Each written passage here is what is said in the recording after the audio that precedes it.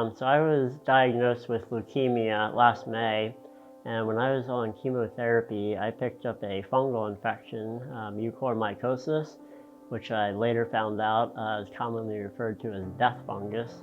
It was spreading very fast throughout my body, just turning things black. The doctors, they really thought that I was done. My weight dropped down to 87 pounds. I had lost my left eye, my jaw, my teeth, the roof of my mouth. It even caused me to lose part of the frontal and temporal lobes of my brain. And it was just, it was not looking good. The doctors, their biggest problem was they could not address the leukemia and the mucor simultaneously because the leukemia required chemotherapy, which suppresses your immune system, and the mucor, they needed to boost my immune system. God used a lot of people in a lot of awesome ways. I grew up around Harrisburg, and I had friends and family driving out from Harrisburg to come visit. I had friends, former students, current students from Erie driving down to come visit. I had friends from Chicago and Atlanta that came to visit. Most impressively, my best friend from college, Kadar, when he heard news of leukemia, he immediately booked a flight to Pittsburgh. He spent an entire week with me, took the week off of work. He spent several of those nights sleeping with me in the hospital. My wife, Alicia, she is amazing. When this all started, our daughter Brielle was 5 weeks old, so Alicia was taking care of a 5-week-old as well as taking care of me down in Pittsburgh.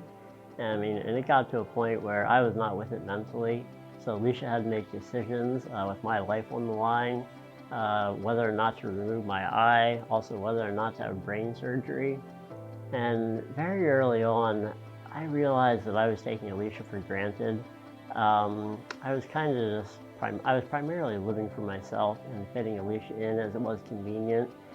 And God showed me that I had an amazing life, and I had just lost sight of that.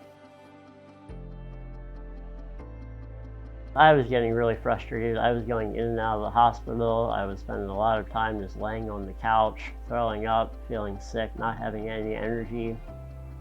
And I was starting to just question, like, God, why am I even alive? This is pointless. I can't support my wife. I can't support my daughter. I can't do my job of teaching that I'm passionate about. I don't have energy to do anything.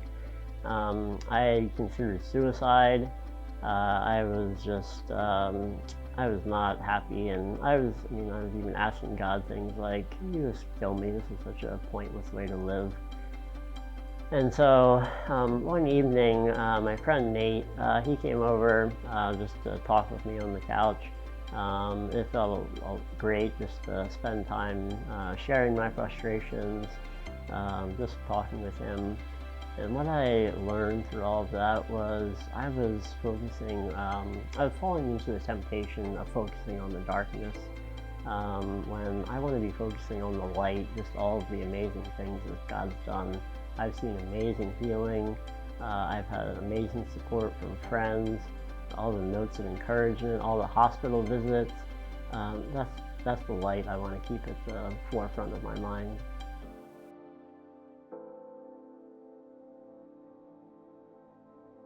The surgeon at Allegheny General, he shared that he's worked there for 19 years, and there had only been 2 patients who ever survived mucor. I was the third. The fact that I survived both of these simultaneously, totally God's hand stepping in and taking control. Right when all of this started, I was having really bad jaw pain, and the doctors, dentists, they never could figure out what was going on. I was in the hospital for 5 months. This summer, the first revival night we had here at Grace, I received prayer for this jaw pain, and it totally left on the spot. Haven't had a single bit of pain in that jaw since then. Haven't had to take any painkillers. Just amazing how God, can step in. I think we know God has that power, and we get to see it. It's just so cool. So I just had a reconstructive surgery a few weeks ago. They took tissue from my leg to fill in the cavity where my eye was. That surgery went really well. And so far, this recovery process has been a lot smoother than previous surgeries. God has given me amazing physical healing throughout this journey, but I also would not have been able to get through this without all the relationships that He's blessed me with.